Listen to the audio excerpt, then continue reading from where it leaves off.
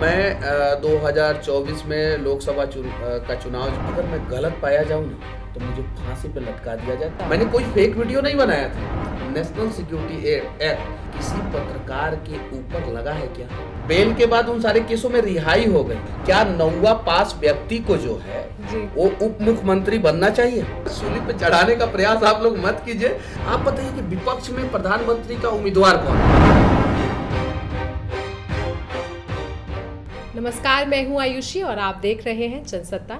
हमारे साथ आज है हाल ही में बीजेपी ज्वाइन करने वाले सन ऑफ बिहार कहे जाने वाले मनीष कश्यप जी। सर बहुत बहुत स्वागत है आपका। बहुत बहुत धन्यवाद। तो मनीष कश्यप को हम एक यूट्यूबर के तहत जानते हैं। कुछ दिनों पहले इनकी गिरफ्तारी हुई, उसके बाद ये जेल से रिहा हुए और अब खबर आती है कि इन्होंने बीजेपी ज्वाइन कर ली है। तो क्यों इन्होंने बीजेपी ज्वाइन की है, कैसा रहा है इनका पूरा सफ़र, और बीजेपी ज्वाइन करने के बदले क्या ये कॉम्प्रोमाइज़ करने वाले हैं या क्या इनको पर्क्स मिलने वाले हैं, ये सब सवालों के हम जवाब इनसे जानेंगे। सर सबसे पहला मेरा सवाल आपसे यही है, बीजेपी ज्वाइन करने का सबसे बड़ा रीज़न क्या है? देखिए, हम लोगों को देश का सेवा करना है और बीजेपी के साथ हम लोग अच्छे ढंग से देश का सेवा कर सकते हैं। और जो मैं जेल में गया था, जेल में मुझे किन लोगों ने डाला था आप सभी को पता है। उस समय आरजेडी की सरकार थी बिहार में और तेजस्वी यादव जी को मेरे से खुन्नस था और मैं बिहार के जेल में रहा, तमिलनाडु के जेल में रहा उस समय। लेकिन उस समय नीतीश कुमार तो मुख्यमंत्री थे ना। लेकिन जब 16 पत्रकारों पे पाबंदी इंडी गठबंधन ने लगाया तो नीतीश कुमार जी ने खुल के इसका विरोध किया और कहा कि पत्रकारों पे पाबंदी नहीं लगनी चाहिए। अच्छा। नीतीश कुमार जी के साथ ये भी खासियत है कि वो बदले की भावना से किसी के ऊपर कार्रवाई नहीं करते, लेकिन उन्होंने मंच से एक बात बोल दिया था कि अब तो तेजस्वी जी के नेतृत्व में जो है आप सभी को काम करना है। तो कुछ अधिकारियों को लगने लगा क्या कि तेजस्वी जी जो बोलेंगे वही काम हम लोगों को करना होगा। और इसी चक्कर में तेजस्वी जी के साथ मिलके कुछ अधिकारियों ने, हालांकि गृह मंत्रालय तो नीतीश कुमार जी के पास था, लेकिन कुछ अधिकारियों ने मेरे ऊपर गलत केस किया। उन सारे केसों में मैं बेल लेके यहाँ नहीं बैठा हूँ। बेल के बाद उन सारे केसों में रिहाई हो गई। और जब मैं बेल पे बाहर आया तो तेजस्वी यादव जी को लगा कि अगर ये बेल पे बाहर आ गया है, केस लंबा खींचेगा तो ये जो है दिक्कत है, तो क्यों ना इस केस को स्पीड ट्रायल में डाल दिया जाए। तो मेरा सारा केस जो है बिहार में स्पीडी ट्रायल में था। अच्छा। मर्डर करने वाले का केस स्पीडी ट्रायल में नहीं, रेप करने वाले का केस स्पीडी ट्रायल में नहीं, बालू माफिया का केस स्पीडी ट्रायल में नहीं, पुलिस वाले का जिसने हत्या किया उसका केस स्पीडी ट्रायल में नहीं। तेजस्वी जी ने, उनकी सरकार थी उस समय। हाँ। मेरा सारा कमाल की बात यह है कि पहली बार एक पत्रकार जो जेल गया और उसका केस स्पीडी ट्रायल में गया। और चलिए, मुझे पत्रकार मत मानिए क्योंकि पत्रकार आप लोग हैं, एक्चुअल में मैं यूट्यूबर हूँ। तो ये यूट्यूबर का केस स्पीडी ट्रायल में चला गया, जरा सोचिए। और स्पीडी ट्रायल में वो केस गया तो मुझे फायदा ये हुआ कि सरकार उन्हीं की थी और उन्हीं के सरकार के दौरान जो है कोई सबूत नहीं था और मैं बाइज्जत बरी हो गया। अच्छा। मैंने कोई फेक वीडियो नहीं बनाया था। लेकिन कहा तो यही जा रहा है कि फेक वीडियो था। नहीं तो फिर मुझे रिहाई क्यों मिली? यानी आप जो है कोर्ट के आदेश पे जो है आप जो है प्रश्न चिन्ह खड़ा कर रही हैं। जी। क्यों खड़ा कर? हम खड़ा नहीं कर रहे। जो भी खड़ा कर लोगों का ऐसा कहना है कि फेक वीडियो था। नहीं, कोर्ट ने मुझे तेजस्वी जी के सरकार के दौरान रिहाई दे दिया, उनके सरकार के दौरान रिहाई दे दिया, ये चीज है। और उस समय भारतीय जनता पार्टी के खिलाफ भी मैंने अनेकों वीडियो बनाए। उस समय भारतीय जनता पार्टी के अनेकों नेता, सुशील मोदी जी जो अभी बीमार हैं, मैं भगवान से प्रार्थना करूंगा जल्द से जल्द स्वस्थ हो जाए। सुशील मोदी जी, विनोद तावड़े जी, मनोज तिवारी जी, विजय सिन्हा जी और भी अनेकों नेता जो है मेरे लिए आवाज उठाए कि नहीं, जो भी है, मनीष हम लोगों के खिलाफ भी बोलता था लेकिन इसने वो गलती नहीं किया, एनए से लगा दिया गया। आप बताइए, नेशनल सिक्योरिटी एक्ट, राष्ट्रीय सुरक्षा अधिनियम, आज तक भारत में किसी पत्रकार के ऊपर लगा है क्या?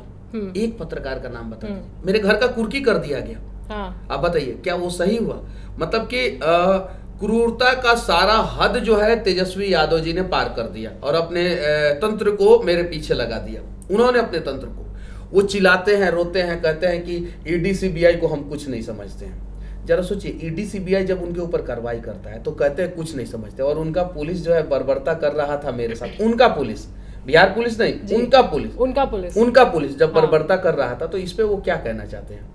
इस सब की वजह से आपने, या फिर यूं कह लीजिए कि तेजस्वी यादव से बदला निकालने के लिए आप बीजेपी में आ गए? नहीं, मैंने पहले ही जवाब दे दिया था इसका जी। कि भारतीय जनता पार्टी देश की सबसे बड़ी लोकतांत्रिक पार्टी है, दुनिया की सबसे बड़ी लोकतांत्रिक पार्टी है, और उसके साथ मिलके जो है मैं पब्लिक के लिए आसानी से काम कर पाऊंगा। लेकिन इससे पहले तो आपको आपके वीडियोस में कई बार भाजपा के खिलाफ बोलते देखा हाँ, गया। हाँ, फिर आप कैसे बोलिएगा भाजपा के खिलाफ? नहीं, देखिए, अब पहले मान लीजिए कि सड़कें खराब थी, मैं एक पत्रकार था, तो चीजों को आवाज उठाता था कि हाँ ये सड़कें सही हो जाए। भारतीय जनता पार्टी की सरकार हो या किसी की भी सरकार हो, आवाज वहां तक पहुंचती थी और काम हो जाता था। अब मैं खुद सिस्टम में आ गया हूं, मैं देखूंगा सड़कें खराब है, मैं डायरेक्ट लेटर लिखूंगा डिपार्टमेंट को और वहां पे काम हो जाएगा। तो और अगर वहां पे आने का मतलब है कि आप शायद चुनाव लड़ने वाले हैं? मैं 2024 में लोकसभा का चुनाव जो है वो नहीं लड़ूंगा। अच्छा, लेकिन आप निर्दलीय तो लड़ने वाले थे? नहीं लड़ूंगा। जो काम मैं निर्दलीय चुनाव लड़ने के बाद जो काम मैं करता, वो काम करने का मौका जो है भारतीय जनता पार्टी मुझे दे रही है कि यूट्यूबर को इतना सम्मान दे रही है। मैं ज्वाइन जब हुआ तो मेरे बगल वाले कुर्सी पे मेरी माँ बैठी थी, तो सिर्फ सर इसी सम्मान के लिए क्या आपने बीजेपी ज्वाइन कर ली? मुझे पता है इससे ज्यादा सम्मान मेरे ख्याल से आपको बीइंग अ यूट्यूबर मिल रहा था। लोग आपको नहीं, अभी भी मिल रहा है। अभी आपके फैन आपकी इतनी तारीफें करते थे। मुझे उम्मीद नहीं था कि आप जो है इस प्रकार का भी सवाल पूछिएगा। चलिए ठीक है, मैं उसका जवाब दे रहा हूँ। बीइंग यूट्यूबर मुझे लोग सम्मान करते थे, और आज बीइंग अ लीडर मुझे उससे ज्यादा लोग सम्मान करेंगे। मैं ये वादा करता हूँ। अच्छा। अभी 2 दिन हुआ है, मुझे मौका तो दीजिए। एक सरकार को लोग 5 साल मौका देते हैं, मुझे 5 महीना तो कम से कम मौका दीजिए। अच्छा। और मैं अगर एक नेता के रूप में गलत करूं तब मुझे यहीं पे बुलाइए, बैठाइए और मुझे से पूछिए कि आप ये गलत। सोशल मीडिया का दौर है। मनीष कश्यप जो है बीजेपी ज्वाइन करते हैं, सूत्रों के हवाले से हमारे पास खबर आ जाती है कि ये जो है ज्वाइन करने वाले हैं। ठीक है, अब मनीष कश्यप के जो फैंस हैं उनमें से कुछ भाजपा आलोचक निकल जाते हैं, तो अब इस पर आप क्या कहेंगे? नहीं, वो देखिए, मेरे फैन जो है भाजपा आलोचक नहीं हो सकते हैं, लेकिन कुछ मेरे लोग हैं, कुछ लोग हाँ। उनको लगता है कि मनीष कश्यप जो है अब उस हिसाब से काम नहीं कर पाएगा जिस हिसाब से काम करता था। हाँ। तो मैं उनसे वादा करता हूं कि आप जो है मुझे 5 महीना कम से कम मौका दीजिए। सरकारों को आप लोग 5 साल मौका देते हैं, मुझे 5 महीना मौका दीजिए। मैं मोदी जी के नेतृत्व में मैं जो काम करता था उससे बेहतर ढंग से मैं काम करूंगा, और उसके बाद से अगर मैं काम नहीं कर पाऊंगा तो आप लोग मेरा विरोध कीजिएगा। अच्छा, आपने बताया कि आपकी माँ आपके बगल में बैठी हुई थी, और एक इंटरव्यू में भी हम सुन रहे थे कि जब आप जेल में थे और आपने काफ़ी दिनों से अपने माँ की चेहरे पर खुशी महसूस नहीं किया, खुशी नहीं देखी, तो उस टाइम क्या हो गया था? मतलब क्या सीन था परिवार में? देखिए, मेरे पिताजी भी बीमार हो गए थे। हाँ। आर्मी में हैं, बहुत परेशान हो गए थे। पेंशन का सारा पैसा निकाल दिया उन्होंने मेरा बेल कराने के लिए। जमीन बेचना पड़ा। मेरा भाई का जो वाइफ है उनके गहने बेचने पड़े, और सिर्फ ये सारा चीज हुआ तेजस्वी जी के वजह से, सिर्फ उनके वजह से। आप बार-बार तेजस्वी यादव को ये हर चीज आप ये बता दीजिए कि मैं जेल जाने से पहले कभी उनके खिलाफ कुछ बोला था? तमिलनाडु सरकार ने कहा था कि ये वीडियो फेक है। तमिलनाडु सरकार ने कहा था ये वीडियो फेक है। हाँ। तो तमिलनाडु सरकार ने क्यों नहीं बोला था कि ये वीडियो मनीष कश्यप ने नहीं बनाया है? तमिलनाडु सरकार ने ये कहा था कि ये वीडियो फेक है। तो मैंने नहीं ना बनाया था वो वीडियो। फिर आपने उसको पोस्ट क्यों किया? नहीं, मैंने वीडियो को पोस्ट ही नहीं किया। यही तो देखिए, फिर कैसे आपका इस केस में नाम आया? नहीं, मेरा इस केस में नाम आने के पीछे का रीजन ये है कि तेजस्वी यादव जी को लगने लगा कि ये मेरे से ज्यादा पॉपुलर बिहार में है। हाँ। और उनके साथ एक कंडीशन है, तेजस्वी यादव जी के साथ कंडीशन है, लालू परिवार के साथ कंडीशन है, या तो आप 9वां से कम पढ़िए, 9वां से ज्यादा पढ़िएगा तो आप तेजस्वी जी से ज्यादा टैलेंटेड है। तो 9वां से कम पढ़िए तब बिहार में रहिए, 9वां से ज्यादा पढ़िएगा तो बाहर जाके मजदूरी कीजिए या पलायन कीजिए। 9वां से ज्यादा पढ़िएगा और आवाज उठाइएगा तो आपको एनएसए लगा के जेल में डाल दिया जाएगा, नहीं तो फांसी पे चढ़ा दिया जाएगा। अच्छा, ये उन लोगों की हकीकत है। और नहीं तो जंगल राज के राजकुमार के नीचे जो है आप लोग काम कीजिए। और ये सारी चीजें मुझे पसंद नहीं था, ना मुझे जो है बाहर जाके काम करना पसंद था। मैं 9वां क्लास से ज्यादा पढ़ लिया। जंगल राज के राजकुमार के नेतृत्व में मुझे काम करना पसंद नहीं था। तो उनको लगा कि ये लोगों को जगा रहा है, और मैं बार बार जो है सवाल कर रहा था कि आखिर पलायन क्यों, आखिर शिक्षा और स्वास्थ्य व्यवस्था में सुधार क्यों नहीं। तो उनको लगा कि पहले इसको साइड करो। तो आप तो अच्छा, आपसे मैं मुद्दों पर सवाल मैं एक सवाल मैं पूछना चाहता हूँ आपसे। अगर मान लीजिए सपोज आपके नजर में मैंने गलती की जी। और मैंने गलती किया, किसी को एक थप्पड़ मार दिया जी। तो एक थप्पड़ मारा तो उसका सजा क्या मिलना चाहिए? एक केस। जी। संविधान में ये नियम है, जी। एक गलती की एक सजा। मेरे ऊपर 4 FIR बिहार में, 6 FIR तमिलनाडु में, 4, 6, 10 FIR और एक एन से 11 FIR। क्या मेरे साथ ये सही हुआ? मेरे घर का कुर्की हो गया, क्या ये मेरे साथ सही हुआ? आप बताइए। चलिए मैं मान लेता हूँ, हाँ। आपने जो बोला मैं मान लेता हूँ कि तमिलनाडु पुलिस ने कहा कि ये वीडियो फेक है, चलिए ठीक है, सब कुछ ठीक है। कितना FIR होना चाहिए था मेरे ऊपर? सर देखिए, जो केस है वो तो प्रशासनिक है। नहीं, ये नियम नहीं। प्रशासनिक बाबा साहब मुद्दे अम्बेडकर हैं। ने जो संविधान हाँ। लिखा है, IPC और CRPC की जो धाराएं होती हैं, उस हिसाब से आप बताइए। अच्छा, कोर्ट एक का बार जो हमें नियम। पूरा केस समझा दीजिए कि हाँ। क्या था वो पूरा केस जिसकी वजह से आपको NA से तमिलनाडु में 11 फरवरी को किसी ने ट्रेन में घुस के और हिंदी बोलने वाले को पिटाई किया। हाँ। और बोला क्या कि हिंदी तो बोला कि हाँ हिंदी, और पीटना शुरू किया। वो 11 फरवरी को वीडियो वायरल हुआ। ठीक है। उस वीडियो को प्रशांत किशोर ने, पप्पू यादव ने और RJD के नेता डॉक्टर अनिल सहनी, हाँ। जो मुजफ्फरपुर से MLC भी रहे हैं और विधायक भी रहे हैं, डॉक्टर अनिल सहनी, इन लोगों ने ट्वीट किया, इन लोगों ने वीडियो। उसके बाद से अखबारों में छपा, दैनिक भास्कर में छपा। आपका नाम इस सब में कहा? नहीं, मैं बता दे रहा हूँ, पूरा क्लियर कर दे रहा हूँ। सारे अखबारों में छपा, हिंदुस्तान में छपा, न्यूज चैनलों पे चला, हाँ। बड़े बड़े न्यूज चैनलों पे चला, सब न्यूज चैनलों पे चला। 2 फरवरी को विधानसभा में हंगामा हुआ। हाँ। 2 मार्च को, हाँ। जिसमें विपक्ष के नेता उस समय आदरणीय वर्तमान समय के उप मुख्यमंत्री विजय सिन्हा जी थे और तेजस्वी जी उस समय उप मुख्यमंत्री थे। देखिए समय का चक्र कैसे 360 डिग्री पे बदल गया। उस समय उप मुख्यमंत्री तेजस्वी जी थे और विजय सिन्हा जी विपक्ष के नेता हैं। आज जो है उल्टा हो गया, विजय सिन्हा जी उप मुख्यमंत्री बन गए और वो विपक्ष के नेता बन गए। 2 मार्च को ये हंगामा हुआ और 3 मार्च को मैंने वीडियो बनाया कि ऐसा क्यों हो रहा है। नेताओं ने बोला उनके ऊपर केस नहीं, अखबारों ने बोला उनके ऊपर केस नहीं, टीवी चैनलों ने बोला उसके ऊपर केस नहीं, और मनीष कश्यप को टारगेट कर लिया गया। क्यों टारगेट कर लिया गया? क्योंकि मनीष कश्यप पहले से भी बहुत सारा मुद्दा उठाते रहा। तो मनीष कश्यप नाम कहाँ से आया? क्या आपके अकाउंट से ये वीडियो पोस्ट हुआ? नहीं, वो वीडियो किसी 3 आदमी ने बनाया था वीडियो जी, ठीक है। वीडियो 3 आदमी ने बनाया था। वीडियो किसने पोस्ट किया, क्या किया? मैंने उसका स्क्रीनशॉट पोस्ट करके लिखा ट्विटर पे। क्या लिखा आपने? वो कि अगर ये वीडियो सही है तो मजदूरों का मदद किया जाए, और अगर ये वीडियो गलत है तो इस वीडियो में जो है मोबाइल नंबर दिया गया है, फोन करके जो है बात किया जाए कि क्यों गलत वीडियो।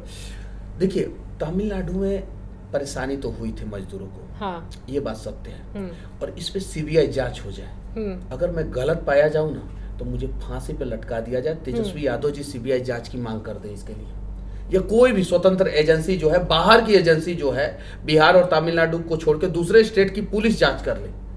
अच्छा, परेशानी तो हुई थी, लेकिन मनीष कश्यप आज फिर अगर बोल देगा तो मतलब आप ये कहना चाह रहे हैं कि वो वीडियो फेक नहीं था? मैंने कोई फेक वीडियो नहीं बनाया था और मैंने कोई गलत बात YouTube पे नहीं कहा था। सारा वीडियो अभी भी YouTube पे है। आप किसी भी वीडियो को निकाल के जो है उस वीडियो को अपने डिस्प्ले पे लगा के चेक करके आप बता दीजिए। अच्छा ये बताइए, सब कुछ तो ठीक है, मैं जेल चला गया, 11 केस हो गया, अच्छा वो वीडियो सोशल मीडिया पे वायरल क्यों नहीं हुआ या न्यूज में वायरल क्यों नहीं हुआ कि मनीष कश्यप ने ये वीडियो में ये गलत बात बोला है? आपने देखा क्या कहीं? नहीं। कौन सा वीडियो है, दिखा दीजिए कोई भी वीडियो।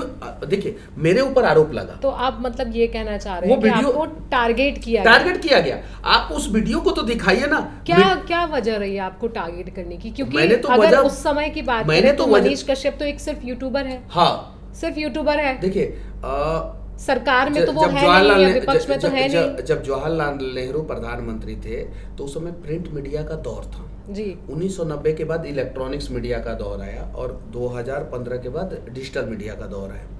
प्रिंट मीडिया में एक पत्रकार थे, नाम था उनका अटल बिहारी वाजपेयी, नाम तो आपने सुना ही होगा। वो राष्ट्र धर्म और पंचजन में पत्रकारिता करते थे। वो सरकार की सारी सच्चाइयों को सामने लाते थे। नेहरू जी ने दोनों अखबारों पे पाबंदी लगा दिया, मैगजीन पे पाबंदी लगा दिया। फिर अटल बिहारी वाजपेयी सिस्टम से टकरा गए और प्रधानमंत्री बन गए।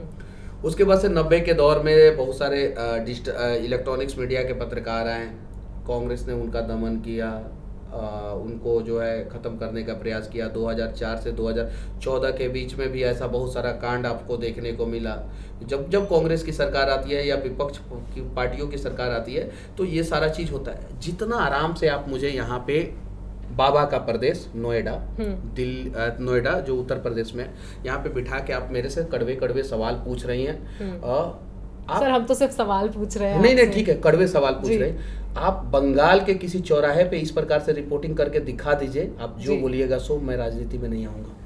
केरल में दिखा दीजिए इस प्रकार का रिपोर्टिंग करके, तमिलनाडु के सरकार से 10 कड़वे सवाल पूछ के दिखा दीजिए, आपको तमिलनाडु पुलिस यहाँ पे गिरफ्तार करने आ जाएगा।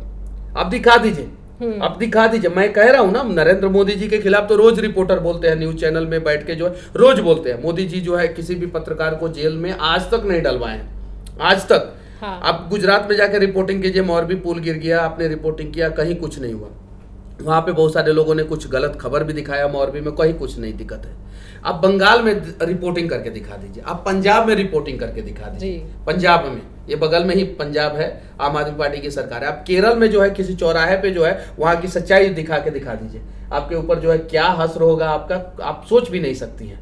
आप आज सुरक्षित है क्योंकि भारतीय जनता पार्टी की सरकार है।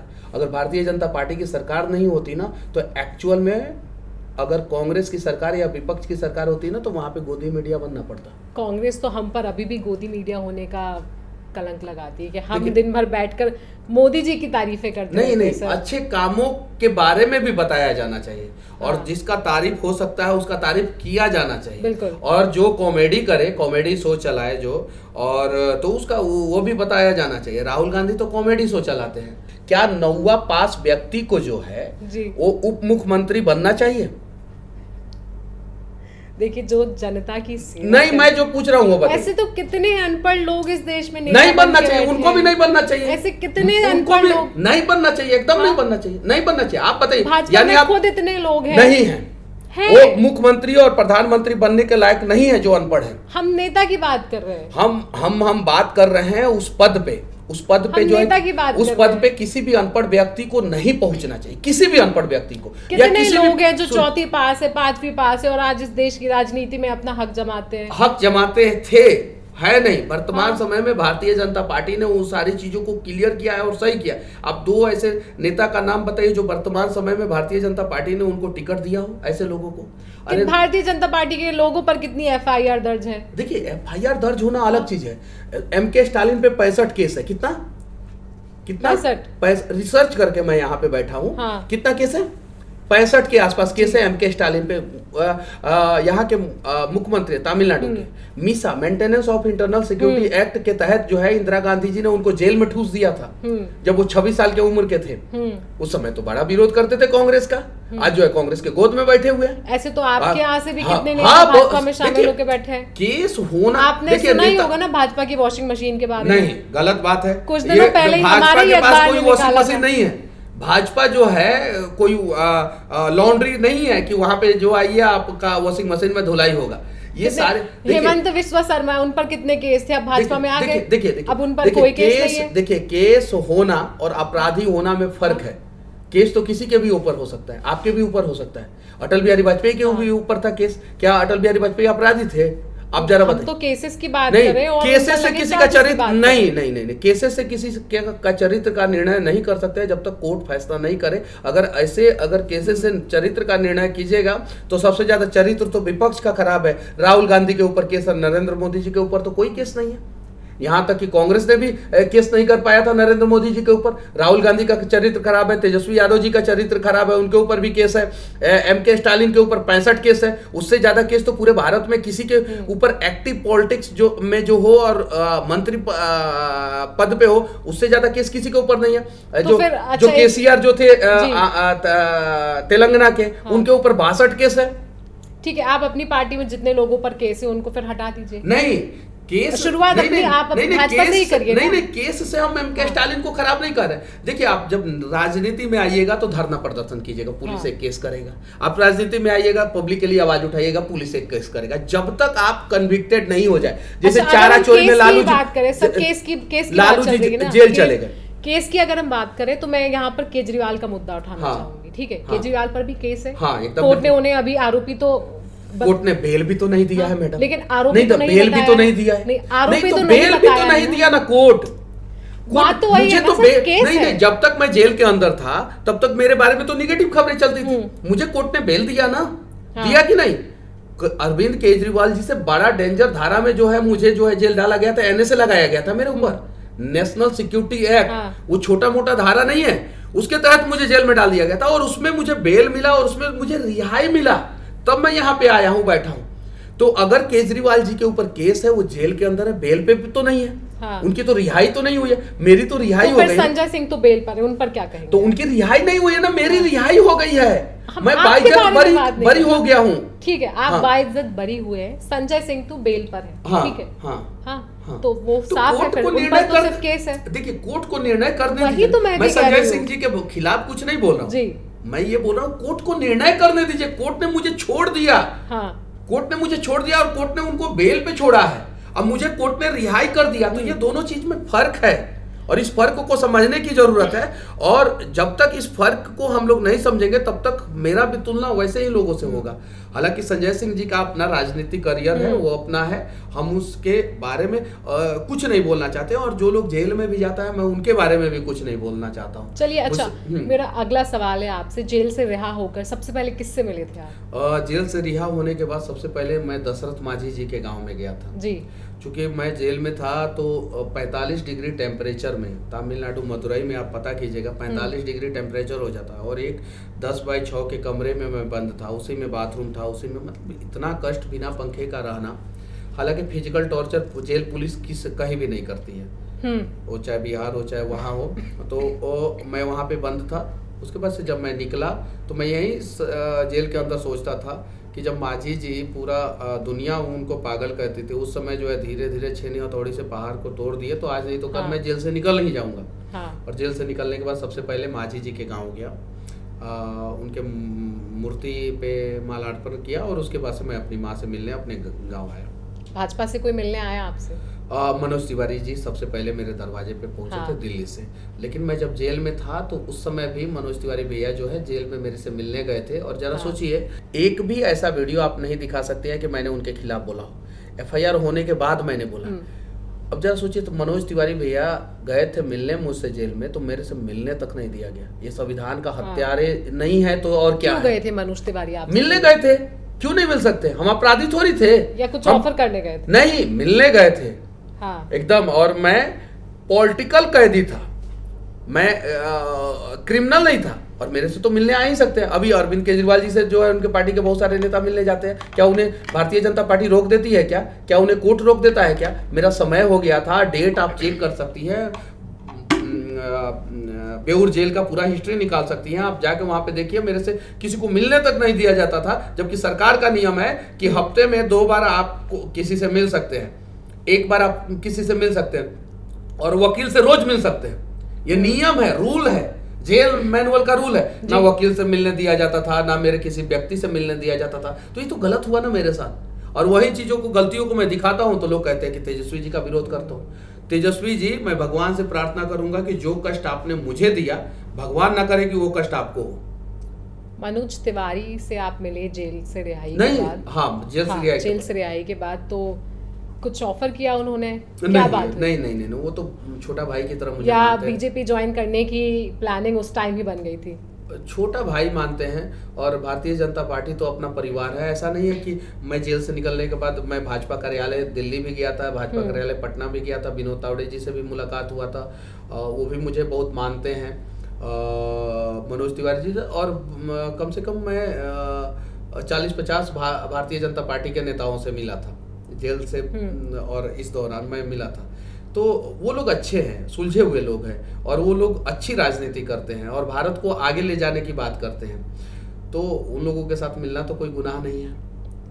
वही मेरा सवाल, मैं फिर उस पे आऊंगी कि आप उसके पहले अमीरी गरीबी का पाठ अभी सरकार पे आप सवाल उठाते हैं, देश की कमियां निकालते हैं। 2 दिन में नहीं, मेरा सवाल ये नहीं है कि आप क्या कर रहे हैं 2 दिन में, आपने 2 दिन में क्या किया, ठीक है? मेरा सवाल ये है कि आप आने वाले समय में भाजपा के साथ क्या करने वाले हैं, जबकि आप पहले भाजपा पर, देश की कमियां गिनाए हैं, आपने सरकार की देश की कमियां कोई नहीं गिनाया है। हाँ, देश की कमियां गिनाने और गरीबी का पाठ पढ़ाया है, फिर अचानक कैसे? देखिए देश की कमियां कोई नहीं गिनाता है, कोई भी पत्रकार देश की कमियां नहीं गिनाता। अगर कोई पत्रकार देश की कमियां गिनाए तो समझिए कि वो देशभक्त हो ही नहीं सकता है।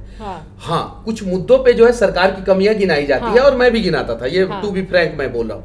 भारतीय जनता पार्टी के साथ मिलके जो है बिहार में जो बाढ़ एक समस्या उस पे हम लोग काम करेंगे, पलायन एक समस्या उस पे काम करेंगे, शिक्षा और स्वास्थ्य व्यवस्था तो मतलब आप सिर्फ बीजेपी के पोस्टर बॉय बनकर रहेंगे? अरे ऐसा नहीं है, हम लोग काम करेंगे और काम करके दिखाएंगे।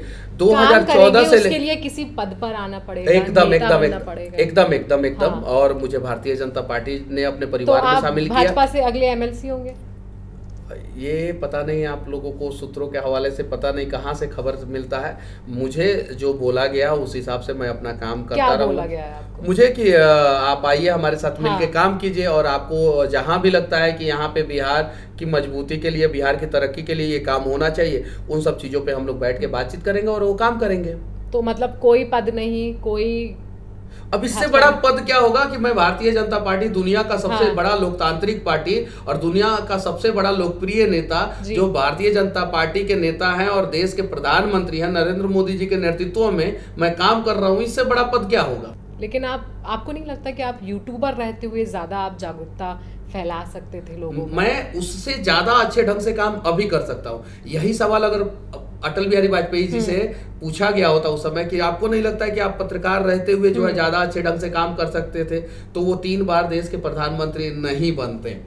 अच्छा, तो आप भी प्रधानमंत्री होने? देखिए, मैं स्टूडियो में घुसने से पहले जब मुझे आप नीचे मिली तो मुझे लगा कि इतनी खूबसूरत एंकर हैं, अच्छा सवाल पूछेंगी। मुझे नहीं लगा कि आप जो है इतना घुमा के सवाल पूछेंगी। अरे मुझे 5 महीने का मौका तो दीजिए। चलिए सर, कोई बात नहीं, आप भी यहाँ हैं, हम भी यहाँ हैं। 5 महीने बाद फिर हम आपको बुलाएंगे और फिर हम और मैं बगल में ही रहता हूँ। मैं आपके बगल में ही रहता हूँ। फिर हम आपसे पूछेंगे, आप बताइए आपने बिहार में 5 महीना के अंदर क्या काम किया है, और तब आप निर्णय कीजिए। तब आप निर्णय कीजिएगा। सरकारों को 5 साल का समय देते हैं, हमें तो 5 महीने का समय दीजिए, और तब आप निर्णय कीजिएगा कि आप यूट्यूबर रहते बेहतर थे कि यूट्यूबर से जब आप नेता बने हैं तब बेहतर हुआ है।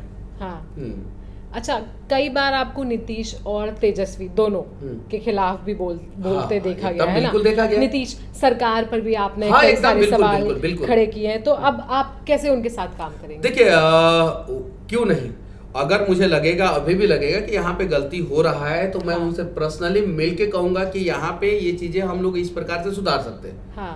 अगर सुधर गया तो ठीक है, और नहीं सुधरा तो फिर मैं वही जो अपना तरीका, नहीं, बगावत करना और आवाज उठाना में फर्क है। फिर मैं आवाज उठाऊंगा, आवाज उठाने पे भी काम नहीं होगा तो बगावत करूंगा। अच्छा, ये चीजें हैं। और मान लीजिए ऊपर से कह दिया जाता है कि नहीं, नीतीश जो है वो सही है, फिर ऊपर भी अगर आपकी आवाज नहीं सुनी जाती है? देखिए, सही और गलत का निर्णय तो पब्लिक करेगा, ठीक है। लेकिन काम तो आप भाजपा के साथ करने वाले। हाँ, बिल्कुल। भारतीय जनता पार्टी कभी भी गलत जो मानक नहीं, भारतीय जनता पार्टी का पहला एक ही मानक है, देश हित में लगातार अच्छे काम करना है। भारतीय जनता पार्टी कभी भी किसी भी राज्य में कभी भी कोई गलत काम नहीं करती है। तो देश हित में अच्छा काम करना भारतीय जनता पार्टी का पहला लक्ष्य है, और भारतीय जनता पार्टी के साथ मैं जुड़ा हूं तो हमेशा बिहार और देश के लिए अच्छा ही काम होगा। बिहार, ठीक, मतलब 5 महीने बाद जैसा कि आपने बोला, बिहार की तस्वीर जो है बदलने वाली नहीं, बदलनी शुरू हो जाएगी। मैं आज अगर आपके कैमरे के माध्यम से मैं ये कह दूं कि एकदम पूरा बदल जाएगा, नहीं, वो गलत हो जाएगा। हाँ, लेकिन बदलनी शुरू हो जाएगी 100%। तो क्या करेंगे आप बिहार के लिए सबसे पहला काम? अरे सवाल मुख्यमंत्री जी से पूछिए सवाल, ये सारी अरे काम नहीं, मैं जो काम करता था वो काम करता रहूंगा। इतना सारा सवाल आप लोग पूछिएगा, बाद में जो है मुझे खुद तकलीफ हो जाएगा। सूली पे चढ़ाने का प्रयास आप लोग मत कीजिए। मेरा जो लिमिटेशंस है वो लिमिटेशन, देखिए, सारे सवालों का जवाब मैं दे सकता हूँ, ऐसा नहीं। आपने सोच रखा होगा ना कि मुझे भाजपा में जाकर सबसे पहला काम मेरे बिहार के लोगों के लिए ये करना है। बाढ़ पे हम लोगों को सरकार के साथ मिलके काम करना है, और मैं ज्वाइन होने से पहले जो है जल शक्ति मंत्री को जो है इसके लिए लेटर दिया था।